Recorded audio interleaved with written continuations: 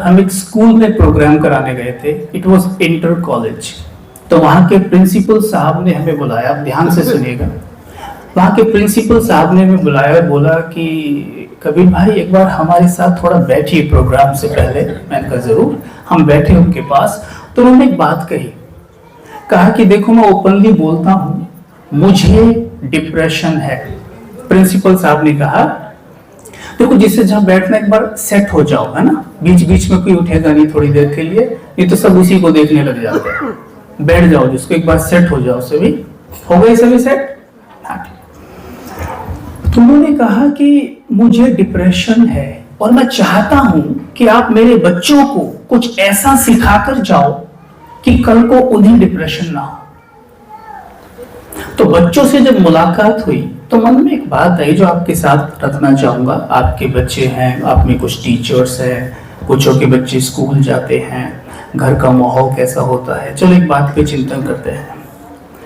School में हमें education दी जाती है और इस ईश्वरीय विश्वविद्यालय में जिसमें मैं पढ़ता हूं, जिसको कहते हैं ब्रह्मा कुमारी ईश्वरीय विश्वविद्यालय, जिसमें पढ़ाया जाता है, मुझे जो सीखने को मिला वो है कि पढ़ाई दो तरह की होती है।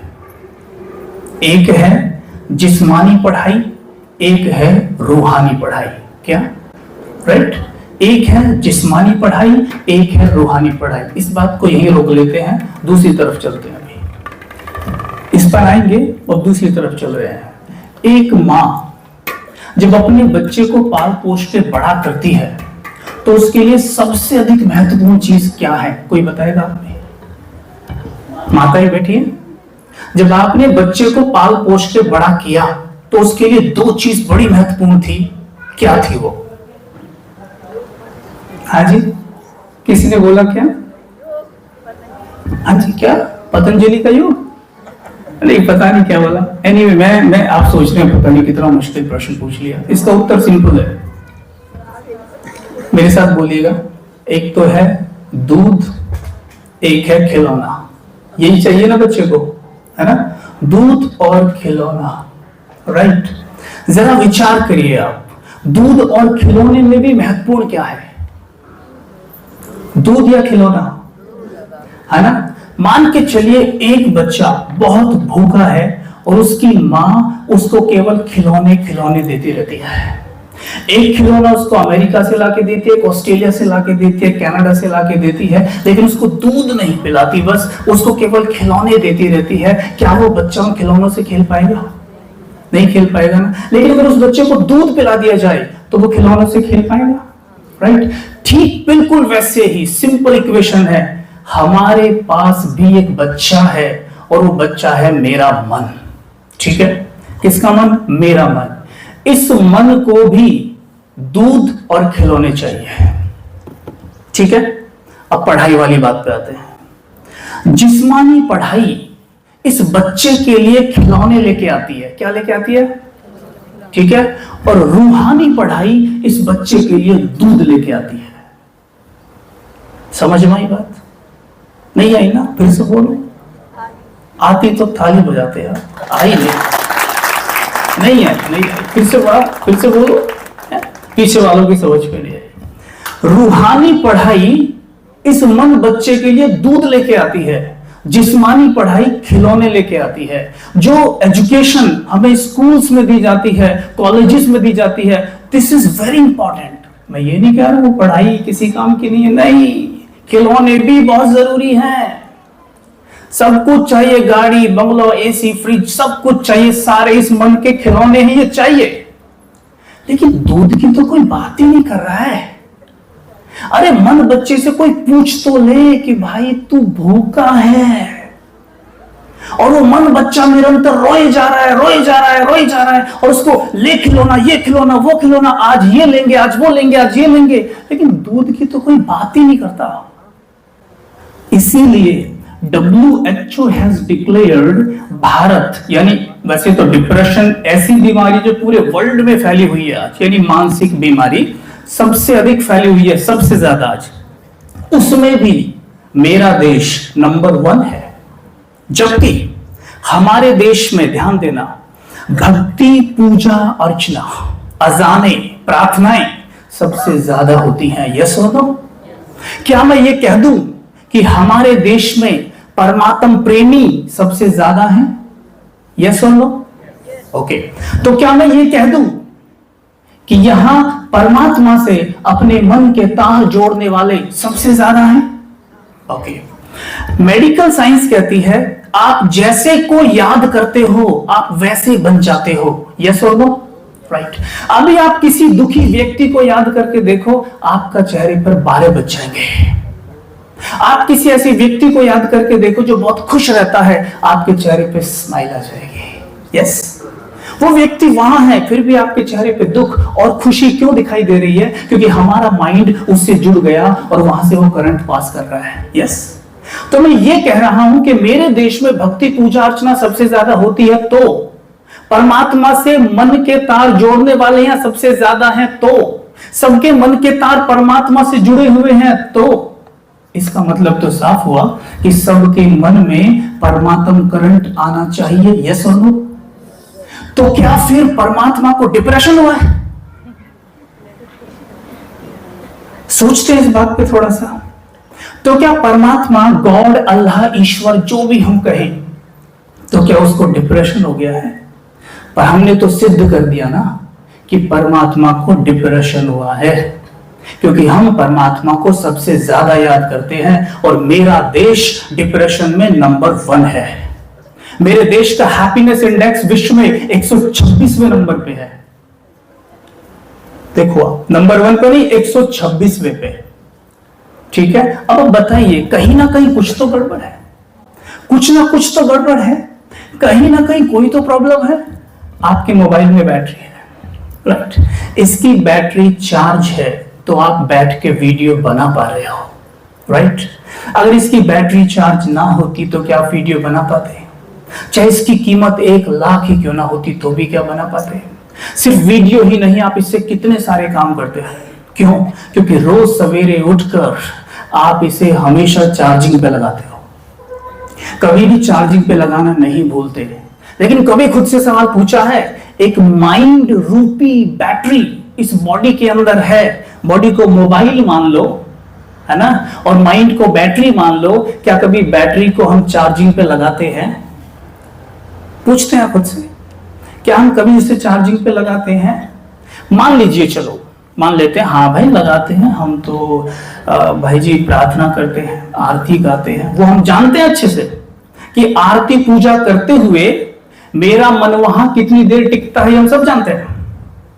सपोज करो ये दोनों बैठे हैं, ये बहन इस बच्चे को डॉक्टर के पास लेके जाती है, इस बच्चे की तबीयत खराब है और बहन इस बच्चे को डॉक्टर के पास लेके जाती है। बच्चा थोड़ा सा बहन से पीछे खड़ा हुआ है, डॉक्टर से कहती है कि डॉक्टर साहब मेरे बच्चे की तबीयत खराब है। डॉक्टर साहब कहते हैं बच्चा कहाँ है? बच्चा तो भाग गया। तो ट्रीटमेंट किसको दूंगा? वहां ट्रीटमेंट होना था मन का, जब प्रार्थना करते हो, लेकिन मन तो वहां होता ही नहीं है। मन तो चारों तरफ भटक रहा है, हमारा चारों तरफ कहां जा रहा है, राइट? तो इसका मतलब साफ है कि कहीं ना कहीं कुछ ना कुछ गड़बड़ है। मैं सवेरे उठ के प्रार्थना कर रहा हूं, या मैं मंत्र बोल रहा हूं, या मैं कुछ भी कर रहा हूं, लेकिन वहां तार सही से नहीं लगा हुआ है।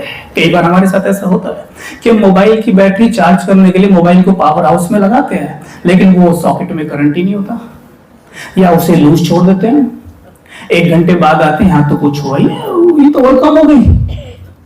कई बार ऐसा भी होता है, होता ही नहीं होता है ना? कई बार आप जिसे सत्संग कहते हैं, जिस सभा में बैठे हैं, जैसे गए थे वहां से वैसे भी नहीं लौटते। यस और नो? थक के लौटते हैं, अच्छे खासे एनर्जेटिक गए थे, आ रहे हैं थके हुए। मतलब क्या है? करंट नहीं मिला, बैटरी और डिप्लीट हो गई। अब सिंपल फंडा समझ लेते हैं जो मैंने सीखा। सबसे पहले बात उनके लिए जो आज पहली बार ये बातें सुन रहे हैं, उनके लिए मैं थोड़ा सा पानी पी लूं, थोड़ा सा, है ना, थोड़ा बढ़ रहा है गर्मी ऊपर से।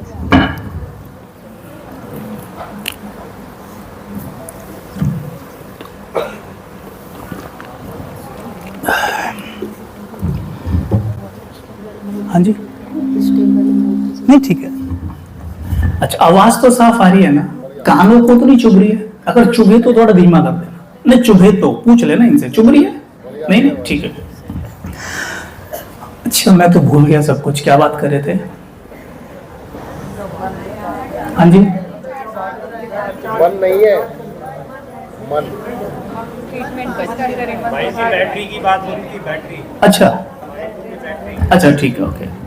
अच्छा ठीक है, अब बात करते हैं ये बैटरी चार्ज होती क्यों नहीं है। आपके पास मानो आपके जीवन का सूत अगर उलझा हुआ है, जैसे एक सूत है उलझा हुआ हो, मैं आपके सामने डाल दूं इसको सुलझाओ, तो सुलझाने के लिए सबसे पहले आप क्या करेंगे? सबसे पहले आप उसके दो छोर ढूंढेंगे, राइट, और उससे भी पहले एक छोर कम से कम ढूंढेंगे, तब जाके आप उसे सुलझा सकते हैं, राइट। अब से 12 वर्ष पहले मुझे वो छोर पता चले थे, वो दो छोर कौन से हैं, और मैं आपके सामने वो खेल खेल में रख देता हूं, वो छोर क्या है। जब मैं ब्रह्मा कुमारी आश्रम में फर्स्ट टाइम गया, यकीन मानिए क्योंकि मैं मुंबई में था और आई वाज प्रोफेशनल मॉडल, मैं मॉडलिंग करता था और मेरे अंदर अहंकार बहुत था, बहुत एटीट्यूड था, ठीक है। उस अहंकार को लेकर मैं अंदर गया आश्रम के अंदर, और मैं ये समझता था कि मुझे सब कुछ आता है, ऐसी कोई चीज नहीं जो मैं नहीं जानता। लेकिन क्योंकि आजकल मेरा सर थोड़ा भारी रहता है, तो मैं शायद मुझे इसका समाधान ये मिल जाए तो मैं चलता हूं। तो मैं अंदर गया ना, तो मुझसे एक बात पूछी उन्होंने, और मैं आपसे पूछ रहा हूं अभी। उन्होंने पूछा मुझसे, अच्छा मेडिटेशन सीखना है? जी जी जी बिल्कुल, तो हमारे कुछ प्रश्नों के उत्तर देंगे आप? शायद वो रीड कर गए थे कि इसमें बहुत एटीट्यूड है, तो उन्होंने मुझसे पूछा कि आप कौन हैं? मैंने कहा माय नेम इज कबीर। उन्होंने बोला ये तो आपका नाम है, आप कौन है? मैंने बोला मेरा नाम है। हाँ ये तो आपका नाम है, आप ही ने तो कहा माय नेम इज कबीर, आप ही ने कहा ना अभी माय नेम इज कबीर। मैंने कहा हाँ, तो ये तो आपका नाम है, आप कौन है? मैंने बोला मैं आई एम अ मॉडल। उन्होंने बोला ये तो आपका काम है, आप कौन हो? मैंने बोला ये मेरा काम है। हाँ आप ही ने तो कहा प्रोफेशनल मॉडल, ये मेरा काम है, आई एम अ मॉडल। यस हाँ राइट। तो मैंने कहा आई एम अ मॉडल, ठीक है ये मेरा काम है। तो मैंने बोला कि मैं ये हूं, मैं जीतना है, मेरे को कैसे भी जीतना है, मैं ये हूं। उन्होंने बोला हाँ ये तो आपका बॉडी है, आप कौन हो? है ना बॉडी है, क्यों आप नहीं कहते हो इट्स माई बॉडी? क्या कभी आप कहते हो I am a body? No.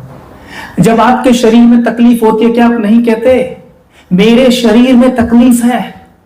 जब आपका माथा दुखता है तो आप ये नहीं कहते कि मेरा माथा दुख रहा है, आप ये थोड़ी ना कहते मैं माथा दुख रहा हूं। नहीं, मैंने कहा बराबर, राइट, दैट मीन्स ये आपका बॉडी है, आप कौन हो? मैंने बोला जी मुझे नहीं पता मैं कौन, आप ही बता।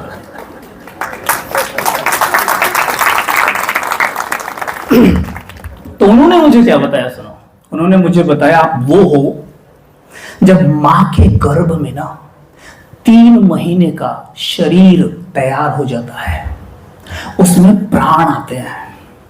डॉक्टर कहता है धड़कन आ गई, प्राण आ गए, वो आप हो। जब 3 महीने का शरीर, ये जो आज आपका 6 फीट का शरीर है, जब ये 3 महीने का था ना छोटा सा, इसमें प्राण आए थे, वो आप हो। आपका 6 महीने बाद फिर जन्म हुआ, जन्म होने के बाद आपके शरीर का नाम कबीर रखा गया, लेकिन आप एक आत्मा हो, you are a soul not a body, आप एक आत्मा हो, शरीर नहीं। उन्होंने मुझसे पूछा, उस वक्त में ये 24 साल थी, उन्होंने मुझसे पूछा कि 24 साल पहले आप कहां थे? मैंने बोला पता नहीं, अभी आप ही बताओ। उन्होंने बोला पिछले जन्म में, और वहां आपके शरीर की आयु 90 वर्ष भी हो सकती है। 90 वर्ष के शरीर को छोड़ा, आत्मा उड़ी और मां के गर्भ में आके बैठी, और फिर उसके 6-7 महीने बाद जन्म हुआ, नया शरीर मिला, नए शरीर का नाम कबीर रख दिया। हो सकता है पिछले शरीर का नाम रणबीर हो। यस राइट, आप एक आत्मा हो ना कि शरीर।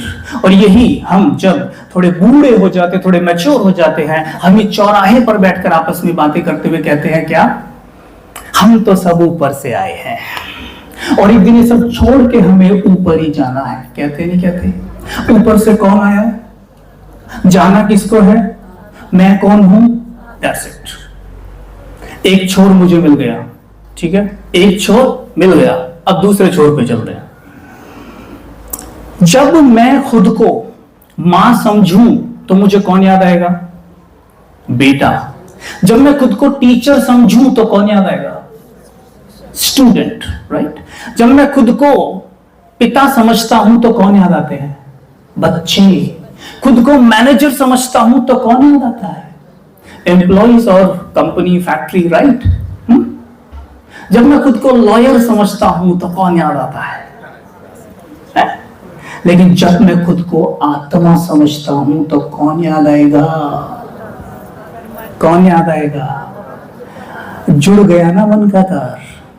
मां समझ के प्रार्थना कर रही हूं तो भगवान कैसे याद आएगा? वहां तो मैं केवल बैठ के फॉर्मेलिटीज कर रही हूं, क्योंकि मैं खुद को मां समझ के बैठी हूं। और मां समझ के अगर भगवान से बात करोगे तो भगवान तो याद आएगा ही नहीं, बुद्धि में केवल बेटा घूमेगा। अगर टीचर समझ के प्रार्थना कर रहे हो तो केवल स्टूडेंट, स्कूल, बिजनेस, ये सब कुछ याद आएगा, लेकिन भगवान बुद्धि में नहीं डर सकता।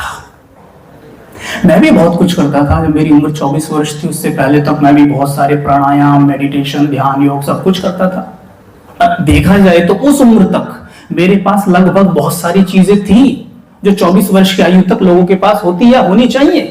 यानी सारे खिलौने मेरे मन के पास थे, लेकिन मेरे मन को दूध नहीं था और भूख का मन निरंतर रो रहा है, रो रहा है, रो रहा है। इस मन को दूध मिला इस रूहानी पढ़ाई से। और मैं सभी स्कूल कॉलेजेस में स्पष्ट बोलता हूं कि आप जिस्मानी पढ़ाई के साथ साथ रूहानी पढ़ाई भी बच्चों को जरूर दीजिए। अगर रूहानी पढ़ाई नहीं दी गई, अगर रूहानी पढ़ाई नहीं दी गई तो आज वही होगा जो आप सबके बच्चे घरों में कर ही रहे हैं। जम के उत्पाद मचाया हुआ है सबने। एक भी बात कोई मानता है? जो आप बोलते हैं उसका उल्टा ही करता है। यस और नो? और मोबाइल का तो पीछा ही नहीं छोड़ता, और रील्स ही रील्स देखता है बस पूरे दिन। यही काम करता है ना। क्यों? क्योंकि उसको केवल जिस्मानी पढ़ाई मिली है, रूहानी पढ़ाई उसको मिल ही नहीं रही है। उसके किसी ने बताया ही नहीं है कि जिस खुशी के पीछे तू भाग रहा है ना, खुशी तो तेरा धर्म है, खुशी तेरे अंदर भरी पड़ी है। और पहले उसको कोई ये तो बताए कि तू है कौन। पहले उसको बताए तो कि तू एक आत्मा है, ना कि सार्थक और ना कि विवान और ना कि कुणाल। तू तो कुणाल के पार्ट में है केवल। अगर ये एजुकेशन एक छोटे से बच्चे को स्कूल में शुरू में ही दे दी जाए। मैं खुद सोचा, जब मुझे 24 वर्ष की आयु में ये ज्ञान मिला तो मैंने सोचा अगर ये मुझे बचपन में मिल गया होता तो मैं क्या कर डालता। बचपन से आज तक कितनी सारी प्रॉब्लम्स का कहां कहां क्या क्या हमने उत्पाद मचाए हैं। सोचा अगर ये एजुकेशन तब मिल जाता तो क्या कर डालते हैं।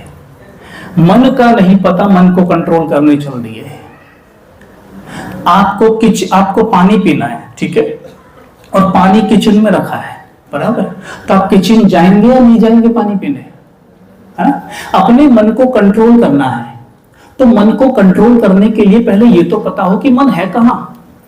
क्या कोई बता सकता है मन होता कहां है? क्या कोई बता सकता है? आप में कोई, अब स्कूल के बच्चे हैं ना, राइट? 3 ये सब बच्चे स्कूल के हैं, राइट? आप भी स्कूल, बताओ मन कहां होता है? कहां? यहाँ कहां? अंदर कहां? यहाँ कहां? बस ये ऐसे हम भी करते थे। बुद्धि कहां है? कुछ नहीं पता।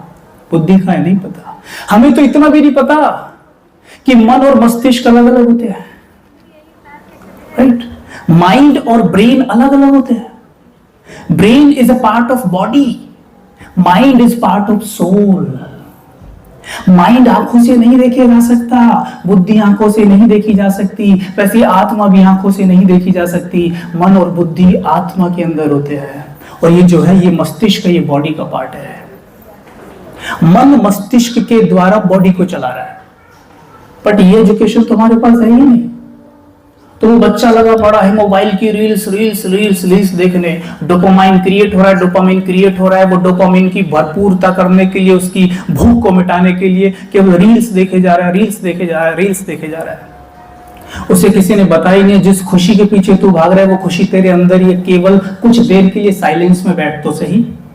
और यही चीज राजयोग मेडिटेशन में इतने परफेक्ट तरीके से, इतनी इजी लैंग्वेज में समझाई जाती है कि आप अपने मन की सभी शक्तियों से बैठे बैठे खेल कूद में ऐसे मिल सकते हो मेरे ख्याल से रील देखने से भी आसान है, पर टेक्निक तो पता हो ना, राइट। हमारे जीवन में जैसे आज यहाँ पे ये टॉपिक भी दिया गया था, पावर ऑफ विजुअलाइजेशन। आपको क्या लगता है इसका क्या मतलब है? बच्चे बताएंगे पावर ऑफ विजुअलाइजेशन, इसका अर्थ क्या है, क्या इसका मतलब है? जो हमें चाहिए जिंदगी में उसको सोचना। अच्छा ठीक है, और कुछ बच्चे? विजुअलाइजेशन, हाँ बेटा बताओ। जैसे हम लोग सोचते हैं कि हो रहा है, जैसे मैं सोचती हूँ मैं क्लास में फर्स्ट आऊँगी, तो वो हम विजुअलाइज करेंगे तो उससे वाइब्रेशन क्रिएट होती है और वो मुझे माइंड में जाके बैठेंगे और उससे हमको चीज़ अचीव करना हमारे लिए ईजी हो जाता है। गुड, बैठ जाइए। देखिए होता क्या है, जैसे मैं अभी आपसे बोलता हूँ, think about a gulab jamun. सोचो, सोचोगे तो मिलेगी जरूर। सोचो गुलाब जामुन, आपके हाथ में एक थाली है, उसमें रस है और गरम गरम गुलाब जामुन डूबी हुई है। दिखने लग गई? ऐसे उठा के देखो जरा, ऐसे रस टपक रहा है, मजा आ रहा है। थोड़ा मुख खोल के लाइए आगे को, तो मुख में टेस्ट आ चुका है, पानी आ चुका है, गुलाब जामुन यहाँ नहीं है लेकिन मुंह में टेस्ट आया। This is the power of visualisation, ठीक है। जैसे मानिए हम चाहते हैं कि मन को स्थिर या शांत करना, राइट। शांति अगर आपके भीतर ना हो तो आप कितना भी विजुअलाइज कर लो, आपको कभी शांति अनुभव नहीं हो सकती। जैसे गुलाब जामुन को भी विजुअलाइज किया, मुख में पानी आया, लेकिन किस किस के आया? जो गुलाब जामुन खाए हुए है, जिसको पता है गुलाब जामुन कैसी दिखती है, उसका टेस्ट क्या है। वैसे सोल ये जानती है कि शांति उसके अंदर है। अगर वो शांति को थोड़ा सा भी बैठ के विजुअलाइज करता है, उसको तुरंत इमीडिएटली शांति अनुभव हो जाएगी, क्योंकि शांति उसके अंदर है, बाहर नहीं है। लेकिन हमें ये बताया जाता है कि पहाड़ों पे जाओ तो शांति मिलेगी, मर्सिडीज खरीद के लाओ तो सुख मिलेगा, राइट। लेकिन नहीं, ये आपके अंदर है, शांति आपके अंदर है। जरा सीधे बैठिए, 1 मिनट अनुभव करेंगे। सीधे बैठ के, एकदम सीधे बैठिए, महसूस करना थोड़ी देर के लिए, भले आंखें बंद कर लो आप, कोई दिक्कत नहीं है। Close your eyes, take deep breath.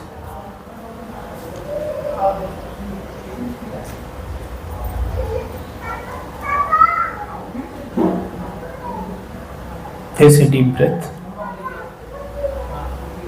महसूस करिए कि मैं खुले आकाश के नीचे बैठा हूं।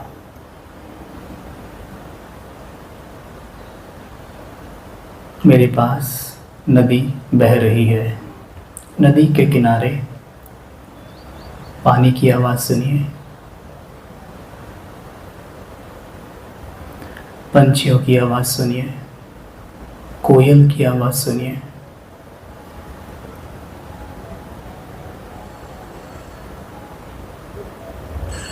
मोबाइल की घंटे की आवाज सुनिए। साक्षी होकर आप सभी आवाजें सुनिए, जो भी वायुमंडल में है, सिर्फ सुनिए बिना डिस्टर्ब हुए। ऊपर से जहाज जा रहा है उसकी आवाज सुनिए।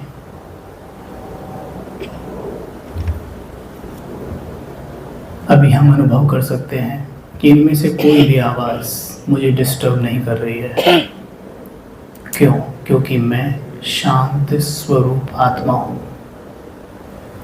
मैं साक्षी होकर इन आवाजों को सुन रहा हूं। But I am a peaceful being. मेरा मन शांत है, बिल्कुल शांत है, बिल्कुल शांत है।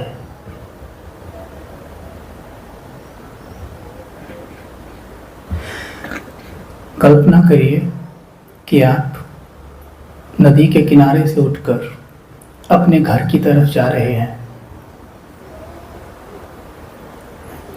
आप मुस्कुरा रहे हैं, सभी स्माइल करिए, चेहरे पे दिखनी चाहिए कि आप स्माइल करते हुए रास्ते में जा रहे हैं। हर चीज को देखकर स्माइल कर रहे हैं।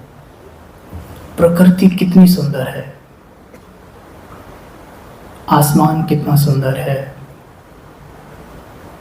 सभी लोग कितने सुंदर हैं, कितने अच्छे हैं। अपने घर आ जाइए। जो सोल आपके पति के रोल में है, पत्नी के रोल में है, उन्हें देखिए। वो वही सब कुछ कर रहे हैं जो रोज करते हैं, किंतु आपका मन शांत है। जैसे प्रोग्राम के बीच में मोबाइल की आवाज में डिस्टर्ब कर देती है, लेकिन अभी नहीं किया, वैसे ही वो पति या पत्नी या बच्चे सेम चीजें कर रहे हैं, पर आप शांत हो, आपका मन शांत है।